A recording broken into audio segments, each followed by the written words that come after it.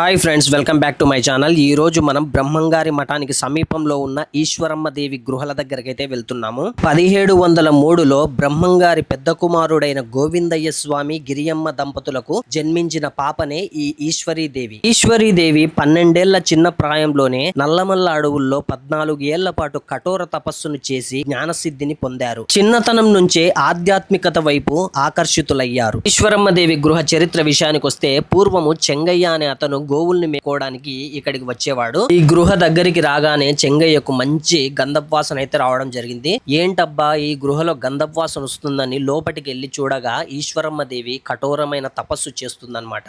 కఠోరమైన తపస్సులో ఉన్న ఆ తల్లిని చూసి చెంగయ్య వెనుదిరిగాడు. అప్పుడే ఏరా చెంగయ్య ఇటువైపు వచ్చావు అని ఈశ్వరీదేవి చెంగయ్యను ప్రశ్నించడం జరుగుతుంది. అప్పుడు ఏం లేదు తల్లి, ఇక్కడ గోవులను మేపుకోవడానికి వచ్చాను, ఇక్కడ మంచి వాసన రావడంతో ఈ గృహలోకి వచ్చి నేను చూడడం జరిగింది అని చెంగయ్య చెప్పడం జరుగుతుందన్నమాట. అప్పుడు ఈశ్వరీదేవి చెంగయ్యతో ఈ విధంగా అంటుంది, సరే చెంగయ్య, వస్తే వచ్చావు గానీ ఈ విషయం ఎవరికి చెప్పకూడదు, చెబితే నీ తల వక్కలై చనిపోతావు అని స్వాముల వారు చెప్పడం జరుగుతుంది. మీరు చూస్తున్నారు కదా ఈశ్వరమ్మ దేవి విగ్రహము, ఇక్కడనే అమ్మవారు తపస్సు చేశారు. 16 సంవత్సరాలు తపస్సు చేశారు. ఇదిగోండి ఈ సొరంగ మార్గం గుండా వెళ్తే శ్రీశైలం కైతే మనం వెళ్ళొచ్చు అని చెప్తున్నారు. అదే విధంగా స్వాముల వారికి రైట్ సైడ్ లో తిరుపతికి దారి ఉందని చెప్తున్నారు సొరంగ మార్గం ద్వారా. ఇక్కడ స్వాముల వారి పాదాలు కూడా నేను చూపిస్తున్నాను చూడండి. ఎవరైనా ఈశ్వరమ్మ దేవి గృహలు చూసుంటే కామెంట్ సెక్షన్ లో కామెంట్ తెలియజేయాల్సిందిగా నేనైతే కోరుకుంటున్నాను. Mahesh signing off.